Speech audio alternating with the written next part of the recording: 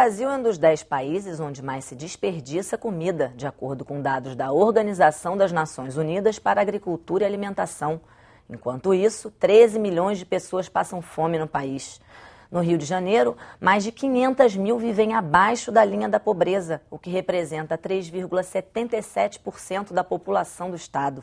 Em paralelo a isso, quase 400 mil toneladas de frutas, legumes e verduras são descartados ainda no campo, logo após a colheita. Hoje eu converso com o deputado Tiago Mohamed, que é o idealizador de uma frente parlamentar da Alerj, voltada para a redistribuição de alimentos e combate ao desperdício no estado. E é também autor de um projeto de lei, já aprovado na casa, que tem o mesmo objetivo. Obrigada pela presença, deputado. Para a gente começar, eu queria começar falando desses dados alarmantes do desperdício de alimentos aqui no estado. Queria pedir para o senhor falar da fase pós-colheita, onde ainda no campo uma grande parte desses alimentos já é descartado. É verdade, Malva. Esses dados são preocupantes. A gente, enquanto tem tanta gente passando fome, precisando de alimento, o Brasil e o Rio de Janeiro produzem uma grande quantidade de alimento, mas boa parte disso, a gente estima que 25% no campo e quase 20% na cidade se percam. Ou seja, a gente tem quase metade da nossa produção jogada no lixo. Então, quando o alimento sai do campo e vai para a cidade, o comerciante já perde 20%, o que ele compra, 20% vai para o lixo? Vai para o lixo. E por que acontece isso? No campo, muito em função da questão estética e da questão do tamanho do alimento que tem que ser direcionado para as empresas. Na cidade, acaba tendo ali os mesmos problemas. Os supermercados, as feiras, os mercados acabam deixando de oferecer ao consumidor os alimentos que por algum acaso chegam lá danificados, amassados, embalagens danificadas, acabam sendo descartadas e a gente sabe que esses produtos ainda têm condição de serem utilizados. Os produtos não estão estragados, eles só estão, talvez, não do tamanho adequado, não estão tão grandes, não estão tão bonitos, com algum machucadinho, e só por esse motivo isso tudo já vai direto para o lixo. É verdade. Produtos que não são considerados produtos bons para a comercialização acabam sendo descartados. As pessoas, os mercados acabam jogando fora aquele alimento que está fora de tamanho padrão, que está fora de uma condição de se oferecer que atraia mais o consumidor.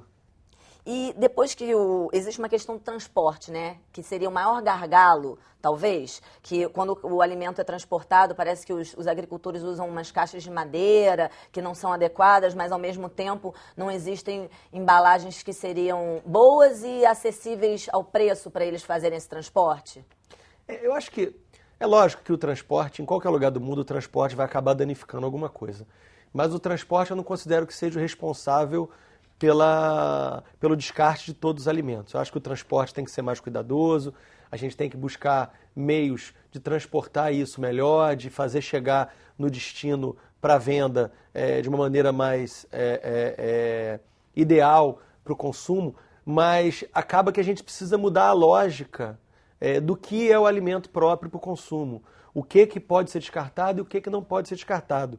A gente precisa ter consciência da necessidade de se ter uma atenção muito maior do que nós temos hoje ao desperdício de alimento.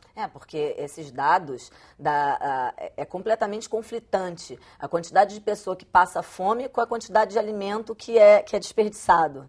Verdade, quase 400 mil toneladas de alimentos no estado do Rio de Janeiro são jogados fora todo dia. E a gente sabe que tem gente para consumir esses alimentos. Seria até um absurdo, né?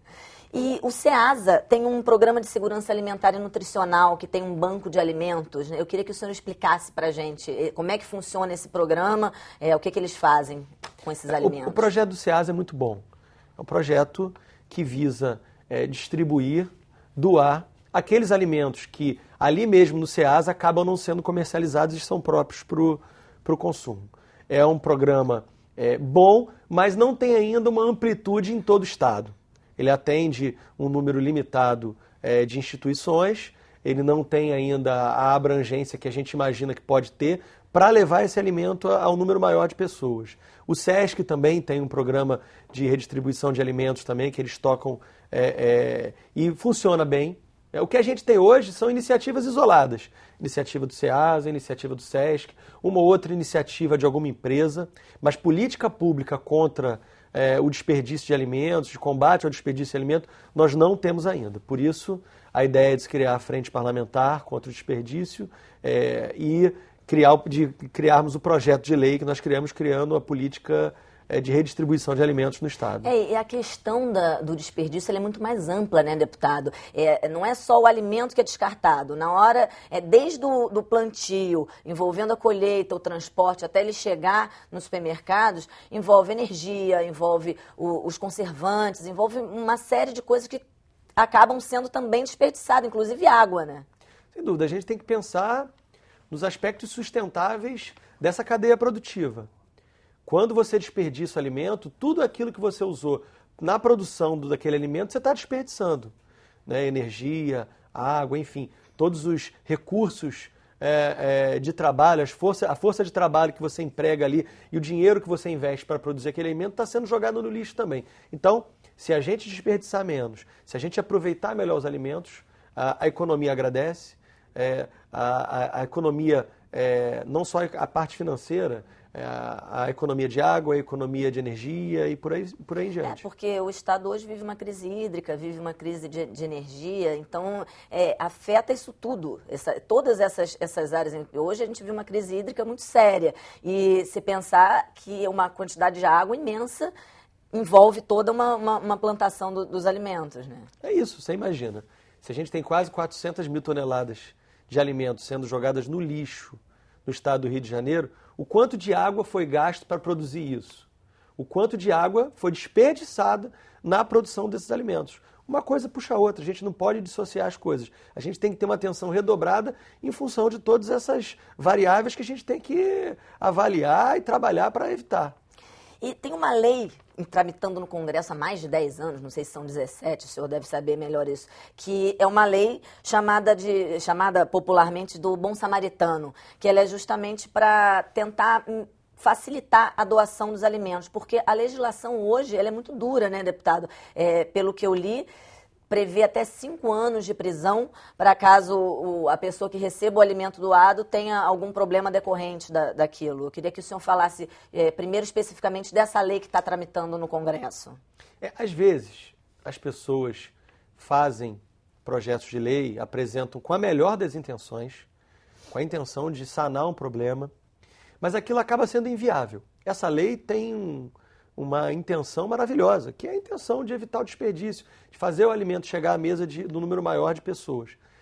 Mas, pelo fato de você oferecendo um alimento já manuseado, um alimento que já foi cozido, e aquele alimento pode apodrecer com mais facilidade, e aquilo pode causar algum dano à saúde da pessoa. Essa pessoa pode responder criminalmente. Então, esse projeto, apesar de ter, no fundo, uma boa intenção, ele acaba, no meu modo de ver, se tornando um tanto quanto inviável. As pessoas não se sentem incentivadas em fazer a doação com medo de serem presas, de serem multadas.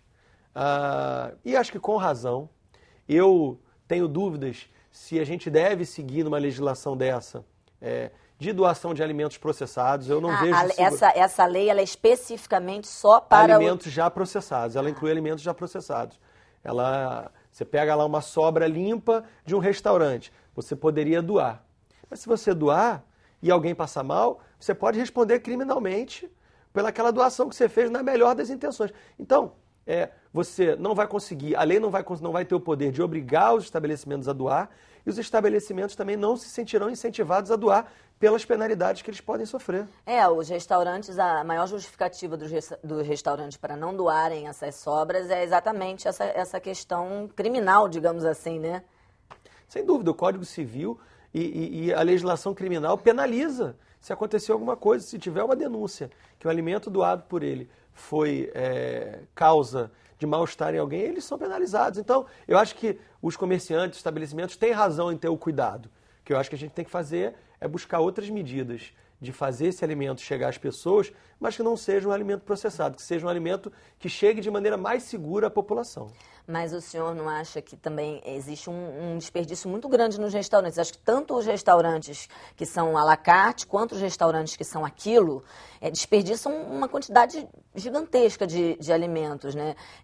Tanto do à la carte, do que vem para a mesa, até não quem bota no prato, mas às vezes vem em recipientes diferentes. E aquilo sobra ali, né? Às vezes inteiro, às vezes até intacto. E no restaurante aquilo, grande parte do que está ali, no final do dia também vai para o lixo. Será que não existiria alguma forma de ser feita uma classificação, uma doação desses alimentos, nem que fosse com algum horário específico, alguma coisa? Porque também é uma grande parte jogada fora com tanta gente passando fome.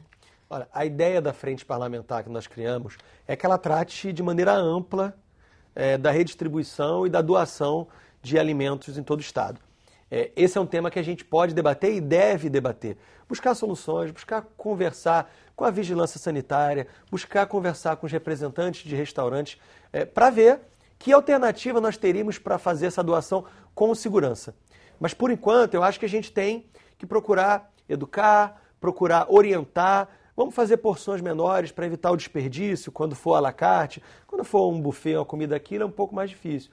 Mas no à la carte, eu acho que você pode porcionar melhor os pratos para evitar o desperdício, oferecer a meia porção para o cliente, para que ele possa, se ele não come aquela porção toda, às vezes ele sabe que o restaurante oferece uma porção generosa, que ele possa evitar de pedir aquele prato completo, possa pedir uma meia porção. A frente parlamentar vai tratar disso tudo, mas como lei, eu ainda acho que tem que ter muita discussão, tanto que esse projeto do Bom Samaritano já tramita há 17 anos em Brasília. Tem que ter muita discussão ainda para não colocar em risco aquele que tem a boa intenção de doar.